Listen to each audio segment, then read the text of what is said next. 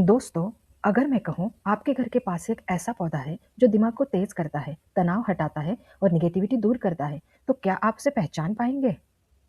ज़रूर पहचान पाएंगे।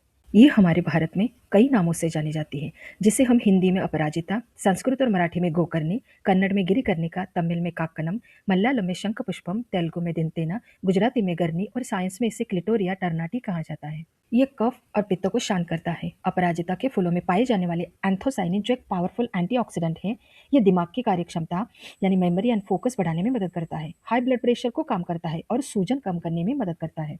इसमें एंटी माइक्रोबियल एक्टिविटी होती है जो बैक्टीरिया और फंगाई के ग्रोथ को रोकती है। अपराजिता ब्लड शुगर को कम करने में मदद करता है और एंटी एजिंग का भी काम करता है। साथ में त्वचा और बालों के लिए भी फायदेमंद है।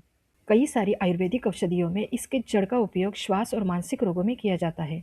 फूलों का उपयोग ब्लू टी और पत्तों का उपयोग त्वचा रोगों में किया जाता है।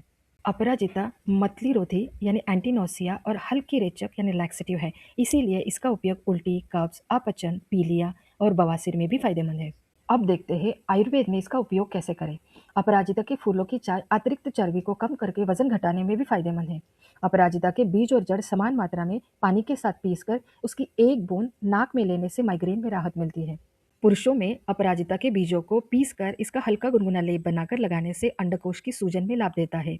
1 to 2 ग्राम सफ़ेद अपराजिता की छाल या पत्तों को बकरी के दूध में पीस लें और इसे छानकर शहद के साथ मिलाकर पिलाने से गर्भपात की समस्या में फायदेमंद है। 1 to 2 ग्राम अपराजिता की जड़ की चूर्ण को गर्म पानी या दूध के साथ दिन में 2 या 3 बार सेवन करने से गाठिया में फायदा होता है। इसकी जड़ का रस क्रोनिक ब्रोंकाइटिस में कफ को पतला करने के लिए ठंडे दूध में मिलाकर दिया जाता है। अपराजिता में रक्तस्राव रोकने की क्षमता होती है, इसीलिए इसका उपयोग विशेष रूप से खूनी बवासीर में किया जाता है।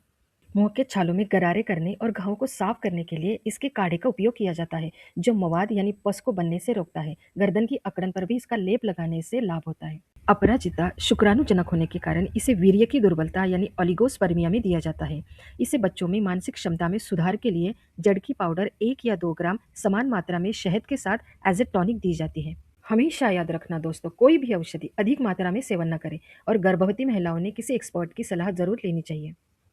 आयुर्वेद में कुछ पौधे ऐसे होते हैं जो सिर्फ रोग नहीं मिटाते बल्कि शरीर और मन दोनों को संतुलित करते हैं। उनमें से ही एक है ये अपराजिता। दोस्तों, मुझे लगता है भगवान का अंश हम सबके अंदर होता है। जब हम एक फूल भगवान को चढ़ाते हैं तो दूसरे फूल का उपयोग खुद के हेल्थ के लिए करना चाहिए। आपको क्या लगता है कमेंट में ज़रूर बताना। और हाँ दोस्तों, आपके घर में भी अपराजय का पौधा है या नहीं, ये भी कमेंट में ज़रूर बताना। और ऐसे ही और इंटरेस्टिंग वीडियोज़ के लिए फॉलो करना सिर्फ आपका नेचर्स हीलिंग ऑरा बाय श्रद्धा।